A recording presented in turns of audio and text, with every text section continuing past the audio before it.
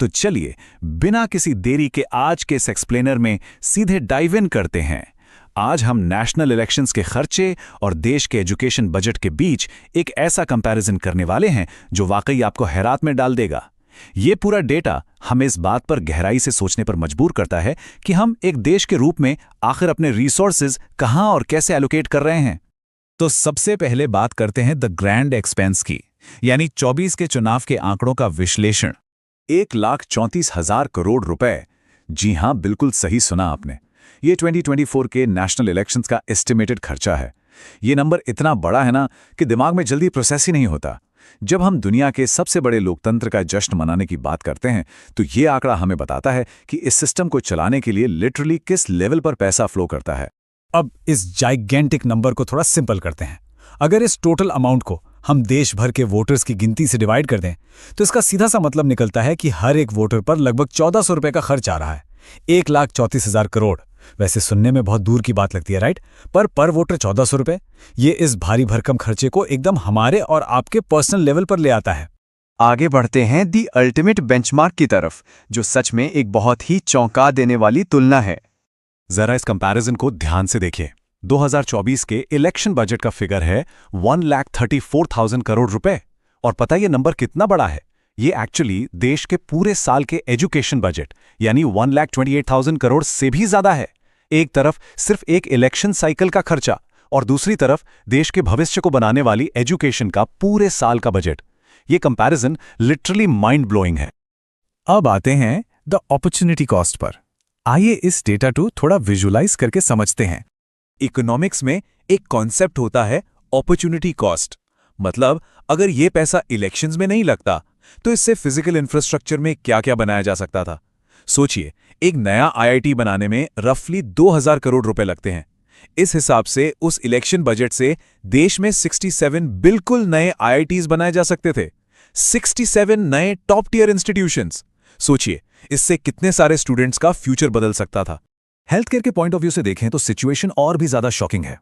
एक नए AIIMS hospital को बनाने में लगभग 1,300 करोड़ रुपए का खर्चा आता है। यानी उस सेम बजट से देश में 103 नए एम्स हॉस्पिटल्स बन सकते थे। 103! ये आंकड़ा देश के मेडिकल इंफ्रास्ट्रक्चर को पूरी तरह से ट्रांसफॉर्म करने की ताकत रखता है। पर रुकिए, सबसे हैरान करने वाला नंबर तो बेसिक एजुकेशन का है। एक अच्छा सरकारी स्कूल बनाने की कॉस्ट आती है करीब 2 करोड़ रुपए। अब थोड़ा मैथ लगाइए। उसी बजट का यूज करके पूरे देश में 65,000 नए सरकारी स्कूल्स खोले जा सकते थे। 65,000! ग्राउंड लेवल पर एजुकेशन की रीच और क्वालिटी बढ़ाने के लिए यह एक एब्सोल्यूट गेम चेंजर हो सकता था।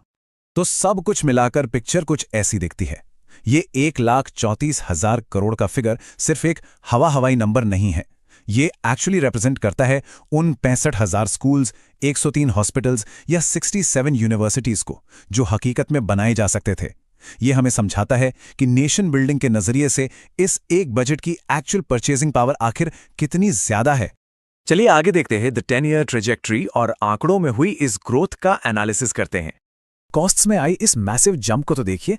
2019 में नेशनल इलेक्शंस का खर्चा था 55,000 करोड़ रुपए और 2024 आते आते बूम, ये नंबर सीधा छलांग लगाकर 1,35,000 करोड़ तक पहुंच गया। सिर्फ 5 साल के छोटे से गैप में खर्चे का इस तरह दोगुने से भी ज्यादा हो जाना सच में एक बहुत बड़ा फाइनेंशियल शिफ्ट है।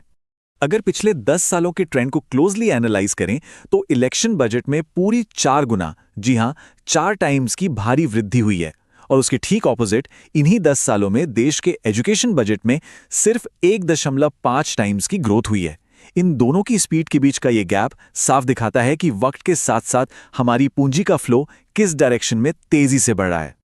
अब देखिए, हम सब जानते हैं कि इलेक्शंस किसी भी डेमोक्रेसी के लिए एब्सोल्युटली क्रूशियल होते हैं। लेकिन डेटा सोर्स से निकला ये कोट बहुत ही स्ट्राइकिंग है। मैं ये नहीं बोलूंगा कि इलेक्शन जरूरी नहीं है, लेकिन जब एजुकेशन के साथ इसको कंपेयर करते हैं तो थोड़े से सवाल उठते हैं दिमाग में। ये प्रोसेस के खिलाफ कोई आवाज नहीं है, बल्कि अपने आप में एक बहुत डीप रिफ्लेक्शन है। और एग्जैक्टली यही पूरा एनालिसिस हमारे सामने एक बहुत बड़ा सवाल खड़ा कर देता है। रिसोर्सेज का इस तरह से बंटवारा आखिर हमारे नेशनल प्रायोरिटीज के बारे में क्या बताता है? एक टैक्स पेयर होने के नाते हमें सोचना होगा कि इस डेमोक्रेटिक फेस्टिवल को मनाने की कीमत कहीं हमारे आने वाले कल के एजुकेशन पर भारी तो नहीं पड़ रही? तो इस बारे में सोचिएगा जरूर। आज के इस एक्सप्लेनर में बस इतना ही।